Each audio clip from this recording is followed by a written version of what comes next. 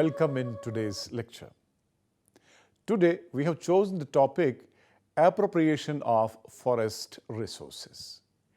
And in the introductory part, let me tell you that social interaction with the forest has been a feature of human existence since the beginning of time, with hunter-gatherers, agricultural cultures, and even industrial society having some kind of relationship with it. It has been difficult for social scientists to define the meaning of forest because the uses of forest have been culturally specific, resulting in diverse perceptions of forest in different societies. The traditional historical concept of the forest has been that it is a forest environment that is a habitat to the wild creatures and numerous species of birds and reptiles, and is not subject to civility regulations. This understanding extends further to also include the notion that many articles of use to man are grown in the forest naturally and have to be obtained from there only.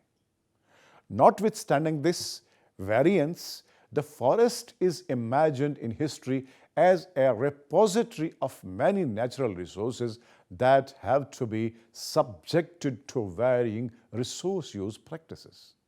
Forests have been studied here in perspective of the various raw materials they provide, and they have also been considered as an alternative to the agrarian landscape on another plane. There is evidence for the coexistence of forest dwellers and a distinct socio-political organization from the formation of agriculture-based monarchical political system in the 6th century BC. Monarchical political forms of forest dwellers had a dichotic relationship in which both were dependent on each other, not only for the economic gains but also for the identity formations as well. Forests have been visualized as places of safe refuge by recalcitrant peasantry and other social elements, raising a voice of dissent. With the expansion of agriculture, there have also been disputes over proprietary claims, though these disputes assume noticeable features only with the advent of the colonial state in the 18th to 19th century. What are forests? Let us discuss. There is a complexity related to the historical understanding of the forest as a concept. In the same period, people belonging to different cultures understood forests differently. It is very difficult to provide a universally applicable set of characteristics of the forest. The term jungle used to denote forest in contemporary India is problematic. And in this regard, Michael R. Dow has argued that in contemporary Urdu, the jungle is defined as a wood, a forest, a jungle. In classic Sanskrit, the cognate term jangala is defined as arid, sparingly grown with trees and plants. Francis Zimmerman, in the preface of his book Jungle and the Aroma of Meats, writes, "An extraordinary misunderstanding has overtaken the history of this word jungle. Jangla in Sanskrit meant the dry lands, what geographers would call open vegetation cover. But in the 18th century, the Hindi jungle and Anglo-Indian jungle came to denote the exact opposite tangled thickets, luxuriant growth of grasses and lianes. This attitude of the forest perhaps originated in the context of relatively stable production of food in the early agricultural societies. A few major indicators are guiding the relationship between man and forest. The foremost indicator is the user-resource arrangement put in place by humans vis-à-vis forest resources. The next significant pointer is the level of technology available for operationalizing this user resource arrangement. The final pointer is the ability of alternative resources, say agricultural resources, as an alternative to forest resources. Now, talking about the historical perspective of forest, a different image emerges. The earliest references to human settlements in India can be traced back to the culture of 2 million-year-old stone choppers. Two technological traditions are known from this stage: the Sohanian and the Acheulean. Sohanian culture was confined to Sevaliks and Acheulean separate from Sevalik Hills to the north to near Madras in the north-south. Acheulean sites are particularly densely populated and richer in central India and the southeastern Ghats. Both these regions received adequate rainfall, had a thick vegetation cover, and were rich in wild plants and animal food resources. The man-forest relationship based on the heavy sustenance of man on forest resources was the hallmark of this early phase. The next important phase of human settlement in India is termed the Harappan civilization. To be fair to the efforts of a galaxy of distinguished archaeologists, it must be stated that material evidence unearthed for the Harappan civilization provides significant clues to the man-forest relationship during this period. It is hypothesized that the magnitude of Harappan urban communities would have necessitated use of food, which could only be obtained from a forest region nearby. Another supporting reason for the existence of forests and the reliance of Harappan settlements on forest resources is the need for wood as fuel to support the burning of bricks and prominent building element of Harappan culture. The significant point for us to note in this regard is that the borders of the Indus zone towards the east were covered with dense forests than the copper-wielding cultures such as the Harappans were in no position to cut and clear. The forests on the fringes would therefore be available for exploitation of forest resources. The next significant period is the one occupied by the Vedic civilization. Vedic sources portray a close relationship between man and forest.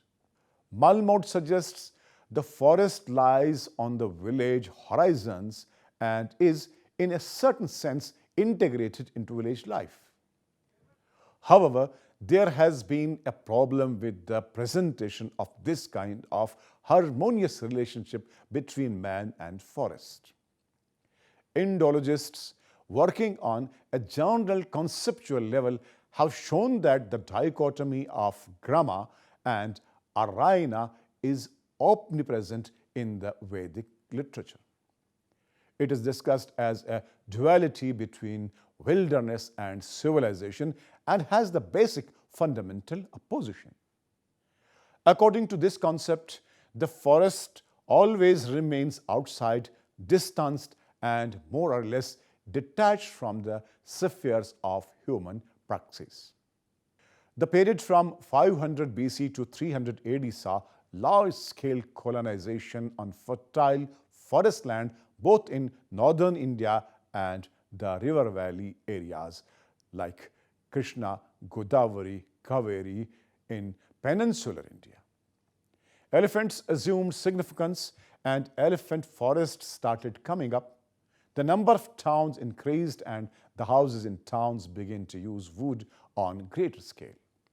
Moreover, superior timber had to be used for the construction of furniture, carts, chariots, wooden bridges, etc., etc. During the Mauryan period, the concept of hunting reserves also came up as hunting became a recreational activity. Chanakya says that Brahmins should be provided forests for plantation, religious learning, and the performance of penance. The importance of forests is further borne out by the treatment it receives in Kautilya's Arthashastra. two important forest produce noted in the text are sandalwood and the aloe wood obtained from the forested regions of Kamarupa in Assam. Amidst all these developments, the forest question lost its prominence, and in the later sources, lesser attention was given to the forests. It is, however, pointed out by some scholars that during Harshvardhana's time, that is from 7th century AD onwards, agriculture and forestry had been in a prosperous condition. For this period, Hunsang, the Chinese pilgrim who travelled in India and the broader lands between 629 AD to 645 AD, records the following regions as forested areas: Kosambi, infested with wild elephants; Mongre, a forest between Magad and this region; Kalinga, the forest between it and Kongeda, has wild elephants; Andhra forest between it and South Kosala; Chole wild jungle. The condition changed during the Delhi Sultanate period. The overall population increased, as did the number of cities and towns. All this resulted in a commensurate quantitative increase in demand for firewood, fruits, food, fodder, and so on. The demand for high-quality timber for the construction of boats, bridges, houses, carts, and other infrastructure has also increased significantly. In addition, the concept of hunting reserves for the nobility became popular. There have also been reports of large-scale forest removal in the Doab region, such as under Balban. This was done to eliminate brigandage in the Mewati-dominated territory. Mughal India's forest resources on national and regional levels are described as the northern mountains or the Himalayas, foothills, Terai region of the Himalayas, the central Indian forests between Narmada-Son rivers towards the north to the eastern coastline between Narsapur and Balasore, the Ghat range along the west coast, the aloe wood forest in the northeast, Brahmaputra forest and lake forest in the Ganga delta. It is evident that on the whole the forest cover did not suffer any major problem of depletion. It's true that royal patronage under the Mauryas was absent, but there were other factors which kept things under control. Though the demand for forest produces increased, the land-man ratio was still very favorable. The land was abundantly available, and as such, the problem of converting forest land into agricultural land was not so strong, which was the main reason for the loss of forest. Now let's talk about forest-man interactions. Forest-man interactions should be visualized in the context of the social relevance of the forest. The process of evolution from the simple social formations of hunting-gathering to the complex social formations of industrial society has influenced the level of interaction between man and forest. This is difficult to define this kind of interaction because there are tremendous regional variations in the physical nature of forests. However, we will attempt to broad generalization to elucidate the intricacies of the social interaction with forests.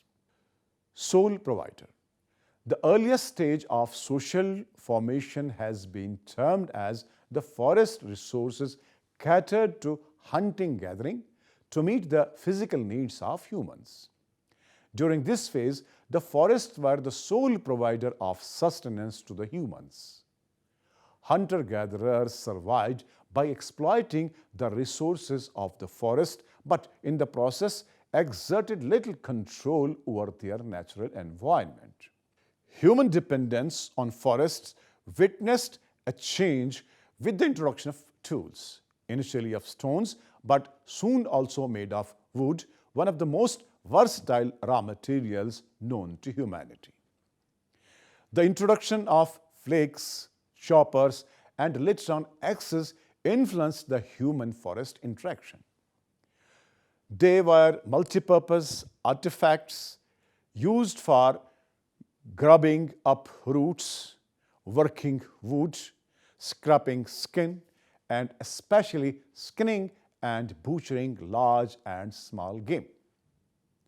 Forest also provided shelter to the humans. Traditionally, it was trees that provided shelter through with the growth of terrestrial adaptation, rock shelters became an alternative. Varied ecological niches in these ecosystems are exploited today by traditional ethnic groups, whose economies are geared to hunting and gathering, riverine fishing, marine fishing, and shifting cultivations. Typical examples are those known as Chenchu, Yanadi, Konada, Reddy, Koya, Kadars, Vanvakri, Biro, Voda Balaji, and Valari and Koli, etc. All these ethnic groups pursue their traditional modes of food procurement, even though they are now integrated into village economies.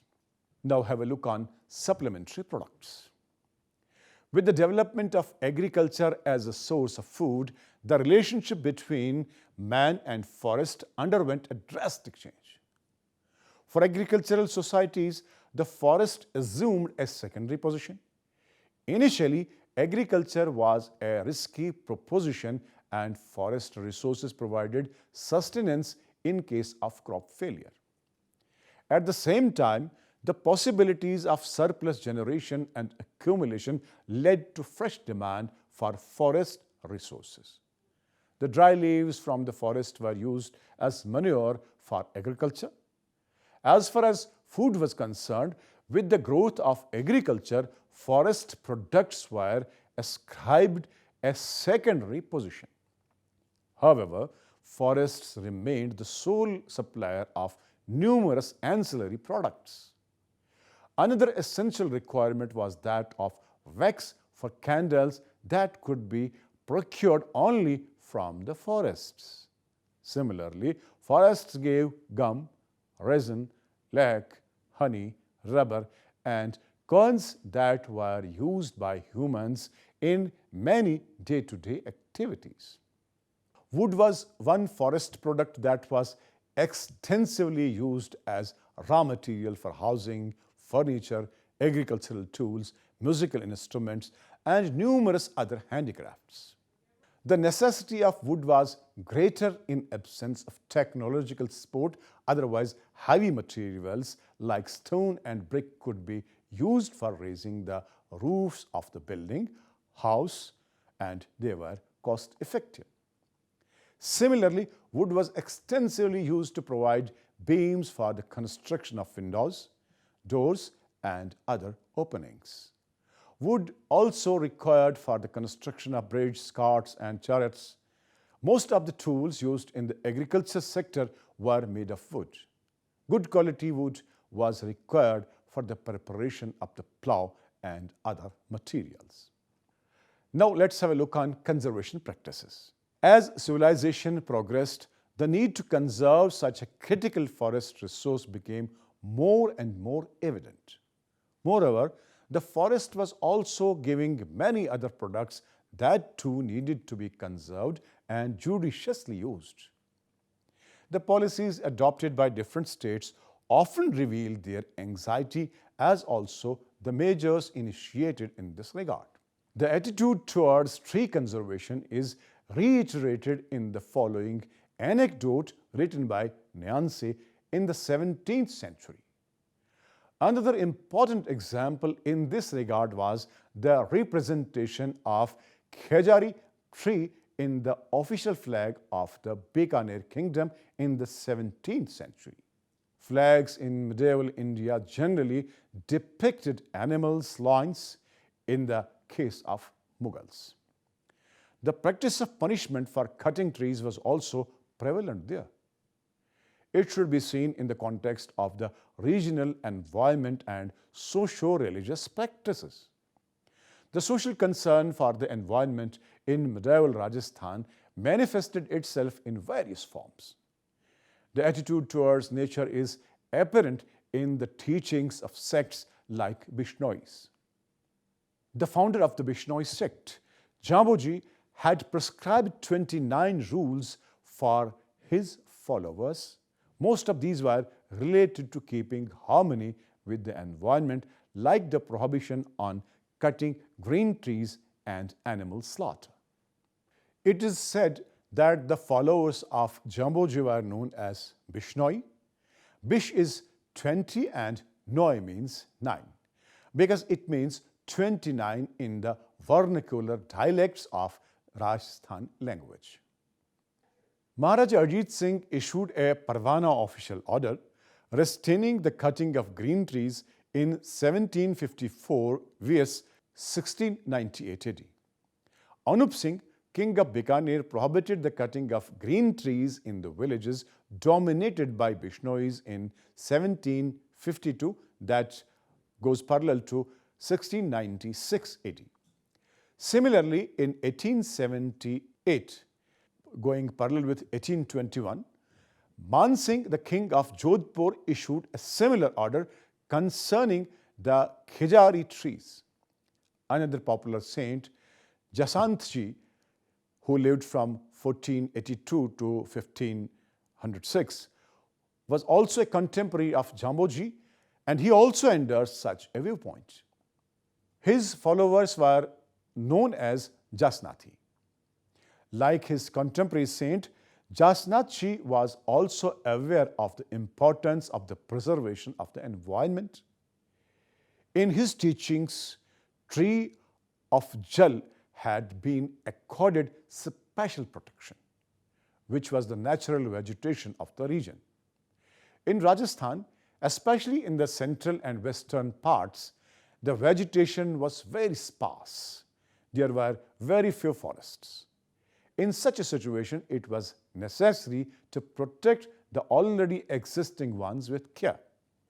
Lal Chand complained to Ember rural of Jetwadi about tree felling in his Pargana and expected punishment for the culprit. Patel of village Kharkhura was punished in 1780, that goes parallel to 1724 AD, for cutting down neem trees. It appears that trees could be cut only with the permission of the state authorities. The Patel of village Kundala, Pargana, Mariana, was punished in 1789, that is 1733 AD, for the unauthorized cutting of a tree in his area. The term unauthorized, bin hukum neem ka dala kata. Cutting of tree has been used in a context that implies permissions were granted for this purpose. This also suggests control enjoyed by the state concerning vegetation. Alongside, we have evidence of punishments for cutting the jamun tree from village Nadu Pargana, Bharati in 1774 vs, that goes parallel to 1718 AD. Babool was a tree adopted to the specific condition of Rajasthan, and it needed little or no care in its rearing. In the arid parts, Babool was the dominant tree and provided food for the camels. Considering the economic and ecological value of Babool, it was considered necessary to punish those who tried to cut it. Furthermore, it is to be noted that even unauthorized cutting of grass was punished, but there was some reserved grazing lands as well. The cutting of grass grown even on the hills and forests was punished. Meadows were important for the military, as cattle and horse used in warfare needed fodder. The primary source of drought and transportation was cattle, and their need for pasture played an important role in state policies. Dear students, the lecture stresses the fact that the forest is the natural growth of vegetation, not required intervention. The variety of vegetation is to strength and testimony of its originality. Literature has been an important source for the reconstruction of forests in early as well as medieval times in India. We documented the extent of the forest chronologically to map the forest coverage, and at the same time, it also dwells upon the popular renditions of the forest. It also examines various social practices that encourage the conservation of forests. The role of social customs, practices, and taboos are important areas of exploration to situate and comprehend the forest. Humans have used forests as a resource ever since the origins of humans. Man-forest relationship was for a larger part of human history been one where human dependence on forest resources for sustenance has been near total. The situation changed only with the emergence of agriculture. Hereafter, the food resources were mostly obtained from cultivation that was not dependent on the forest. Complete independence from the forest was, however, not yet feasible. Several products used by humans in daily life are even now produced and obtained from the forests.